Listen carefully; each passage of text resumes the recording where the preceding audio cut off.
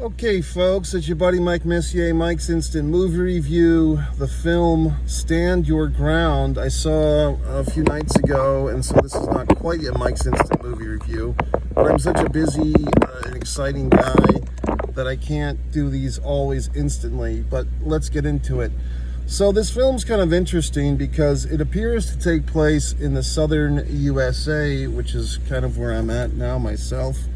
It kind of felt like the state was Alabama or something like that. However, I don't think the movie ever said a specific state or county, as they say in the South.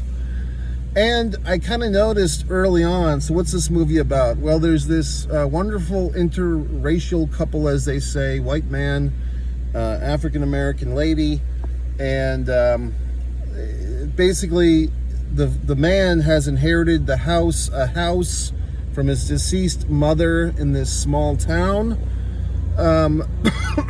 It looks like him and Wifey Poo are deciding whether or not to move into the home for their own residence or to sell it. And early in the film, this sheriff, and it is important to the story to say that he is African American himself, the sheriff comes along and says, hey, have you considered the offer to sell? And they're like, sell what? And basically he's saying, have you considered the offer to sell this home? And it kind of has a very weird sensibility to the sheriff, kind of like in the movie, the guy that did the movie Us, what was that movie?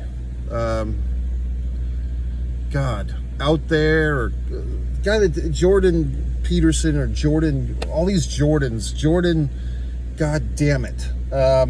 Any fucking way, Get Out. God, the sheriff has a sensibility of one of the characters from Get Out, and he's basically, you ought to sell that home, you ought to take that offer, and they basically kind of wiggle waggle, and they're not giving him a finite answer.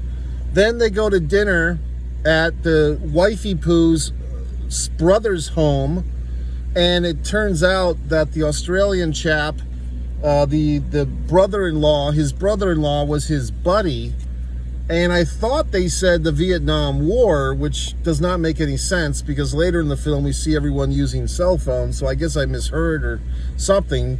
But these guys were war buddies in some type of conflict, and as men will do, the Australian guy married his war buddy's sister, so that's always nice. So then we get into, I always thought that was kind of weird, like the Barry Windham Mike Rotundo thing, when you marry your buddy's sister. I mean, isn't that a perverse way of kind of marrying your buddy in a weird kind of way? Anyway, so we get on with this film. The couple goes back to their own home, and they see these, random Confederate flag wielding trucks driving by. They get to the house. The wifey and the Confederate flags kind of startle them. They are startled. They get to their respective home, and the neighbor, who lives in a trailer down the street, just kind of ominously, is played by my good friend Eric Roberts, who, yes, I've acted in a film myself, Mr. Birthday. I've shared screen time with Mr. Eric Roberts. He's a true gentleman. And basically, the Eric Roberts character, who actually has quite a bit of screen time in this thing, and they used Eric Roberts quite well in this, I thought, as the neighbor, the nosy neighbor with the heart of gold. He comes over to give kind of this him-hawy, sort of kind of warning to the guy, saying that I don't want any trouble. You guys weren't supposed to come home this early, blah, blah, blah. And it's like, well, what are you talking about? But the Eric Roberts character is a day late and a buck short because he's given this guy the warning. But meanwhile, his pregnant, did I mention she was pregnant, Wifey Poo, is already in the house. And lo and behold, there's scary people in the house. And they are Caucasian, as in white. And they have scary neck tattoos and muscles and wearing scary shirts. And they are white supremacist assholes, okay? So these guys have no regard that this poor lady is pregnant. And she's obviously scared. And then Hubby Poo comes in, the Australian chap, and he's got the hot tag. He's all excited to to defend his wife, but he's simply outnumbered, as they say. So the couple puts up a gallant fight, and these racist assholes are literally hanging the woman. She's pregnant, okay? And they're choking her with a rope, as in noosing her. And they are even making references to look for a tree to do a lynching, like old school racist Klan type shit. So it's very scary, and it's kind of a jarring scene and all that stuff. And basically the wifey poo tries to defend herself with a good old knife to the shin routine, and she gets shot in her fucking head. So she's dead, and we don't know if the baby's gonna live. I mean, I thought that might be part of it. I thought the baby might live because the baby's been incubating, and perhaps the baby can be saved, but no, the baby dies as well. So within the first 15 minutes of the film, we have a dead wife and a dead baby. Where do we go from here, folks? So the Australian guy, of course, he's still got another life in him. He battles back, although his wife has just been shot and killed, and probably his child as well. But he's able to have a surge of energy, and he's able to go outside the house and tackle one of the rednecks, one of the racists, as they're leaving. I shouldn't say rednecks, just pure out racists, because sometimes rednecks are okay. So he tackles the racist just as there's car alarms coming, like police sirens and stuff are on their way. And I believe the Eric Roberts character is the one that called the authorities. And the police are just arriving, and our buddy, the Australian guy, has one of the racists under his domain on the front yard of his own house, and he's got his gun up to shoot him.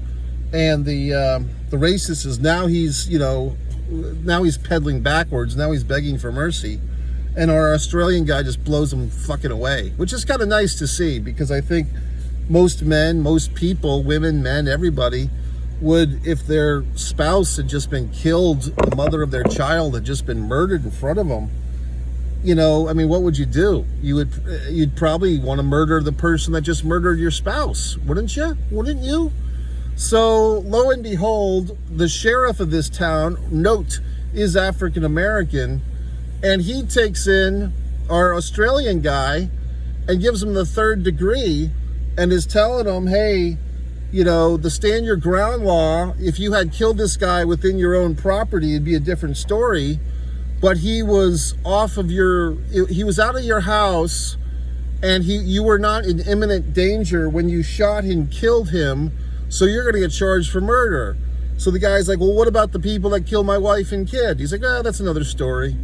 So then we flash forward to this lawyer scene montage. This is probably the best part of the movie, is probably the first 20 or 30 minutes, because it's very intense, and we see the injustice, and we're getting very upset. And so we see this guy standing trial, and then it's a deal where I thought his lawyer was doing a pretty good job, but she's telling him, we should settle. They've offered you a plea, and it's an all-white jury, and he's like, why should I take the plea? And she's like, well, do you want me to be honest? Because your wife is black.